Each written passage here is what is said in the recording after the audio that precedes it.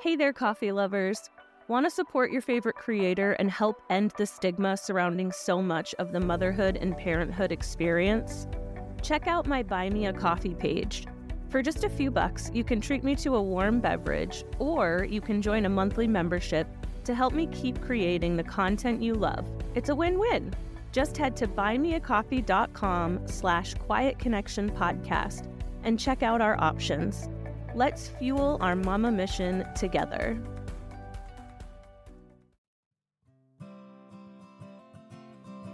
Hey, I'm back with another quiet confession. Just you, me, and hopefully your emotional support water bottle. You need to be hydrating, people. That's advice for me as well. Today I wanted to talk about connection. The kind that sneaks up on you. The kind that feels like oxygen when you didn't even realize you were suffocating. For me, that connection came recently when I finally met another person who has lived through a postpartum experience as close to mine as I've ever encountered. For years, the last 3 years, I thought I was the only one. And then suddenly I wasn't. I carried my story for so long. The hemorrhage, the PMADs, the tumor, the trauma wrapped up into bringing a child into the world while my own body was falling apart. And my mind, for that matter. And whenever I tried to explain it, people would listen and they'd care, but it never fully landed. Because unless you've been through something like that, there's just gaps that you can't fill. And I remember leaving doctor's appointments thinking, yeah, they don't get it.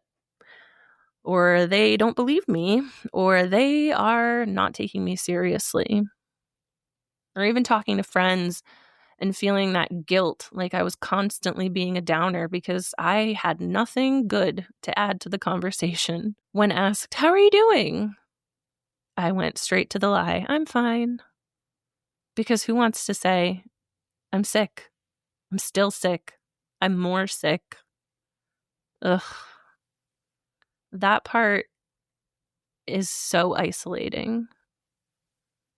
There's this constant explaining, kind of like trying to translate what you're going through into something that someone else might understand. That is something that every spoonie understands. A spoonie or a chronic health warrior or whatever you want to describe yourself as. Having to justify and explain your symptoms is exhausting. I mean, I started Quiet Connection so that families could share and connect in ways that would mean they wouldn't have to feel that isolation. They wouldn't have to feel like they had to explain themselves. And I also had a tiny sliver of hope that I might find someone who had felt the things that I had. And after recording with over 150 guests, I found I could relate to certain parts of almost every story being shared with me, which is huge. I think that's where connection happens. But I was never able to find that one that hit home.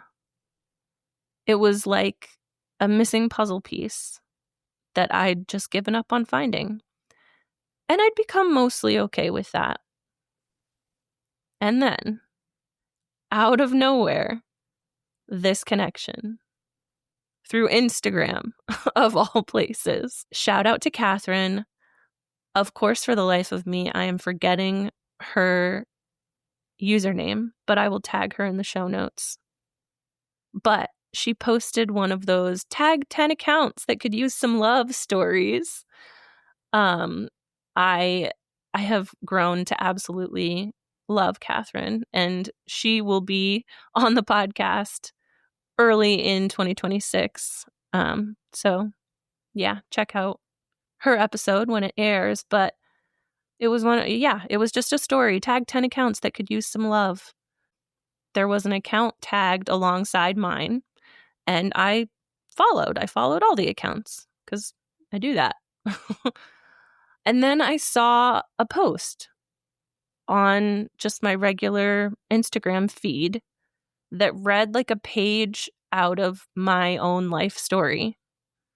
Birth trauma, hemorrhage, pituitary tumor, adrenal insufficiency, medication nightmares, the feeling of complete and utter lack of control.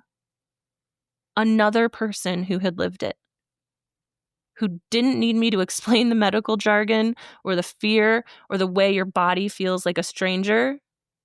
This person knew. They knew the exhaustion of trying to parent while fighting for your life. They knew the grief of losing the version of your body you thought you'd always have.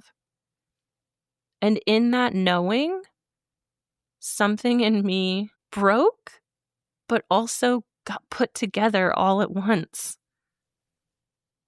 I didn't have to hold it alone anymore. I immediately began sobbing and sent probably my most unhinged voice memo ever. Side note, I'm still learning to figure out voice memos. I do not do phone calls. Text is my love language, and this millennial is coming around, but coming around slowly to the whole voice memo thing, so bear with me. But she replied. She saw past my craziness.